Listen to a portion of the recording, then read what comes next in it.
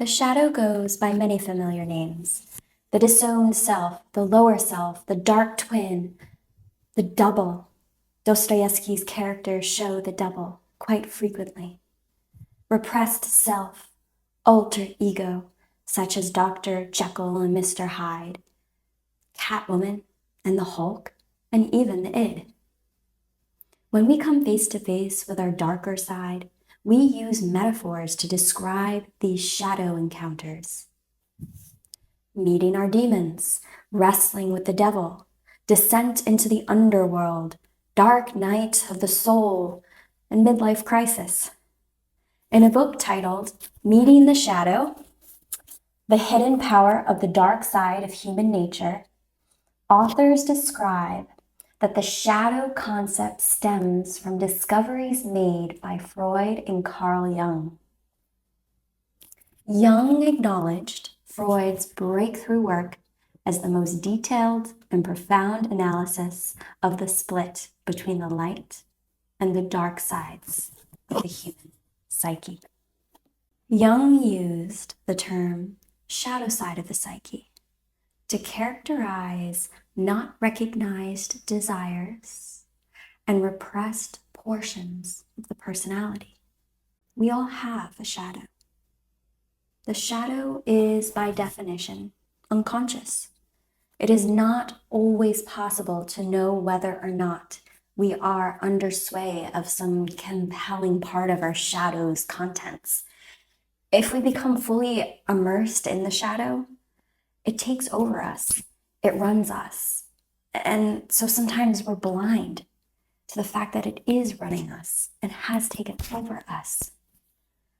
For many people, the unacceptable qualities of excess in our lives go directly into the unconscious shadow, or they get expressed in shadowy behavior.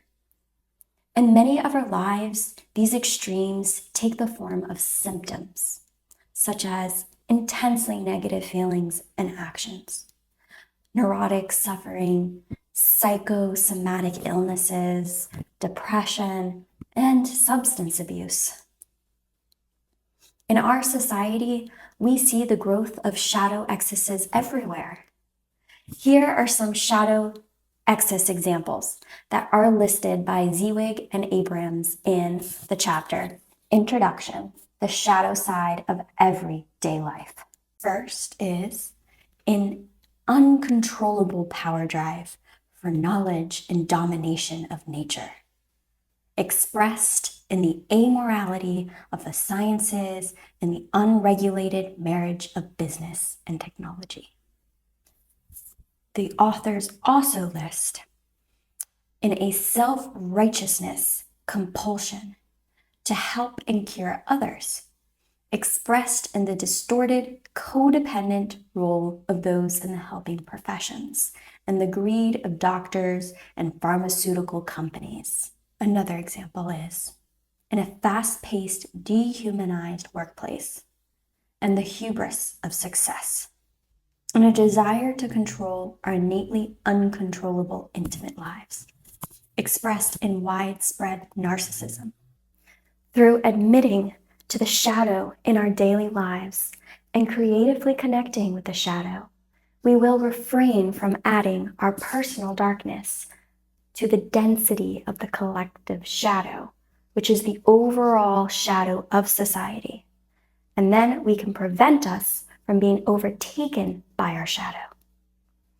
Once the shadow has been activated through lies and manipulation habitually, this shadow activation becomes easier and then second nature, to the point where people begin to live double lives and live a life of fraud, as con people, for instance. Studies show the more you lie, the less guilt you begin to feel from lying. However, we must not go to this opposite extreme and control the shadow by repressing it, but rather allow it to shine through productive outlets. Repressing the shadow could lead to harsh judgment of others, depression, and potentially cause an eruptive burst of the shadow that results in the person doing a devastating act that is completely out of character. If you are in my shoes, which is, okay, great, let's do the shadow work, but how? Please look to my video titled Identify Your Shadow and partake in shadow work exercises to learn in which detailed ways you may connect with your shadow so that it doesn't become destructive or self-destructive, but rather a force that fuels your greatest potential. And this is something we can always work on throughout every stage of our life.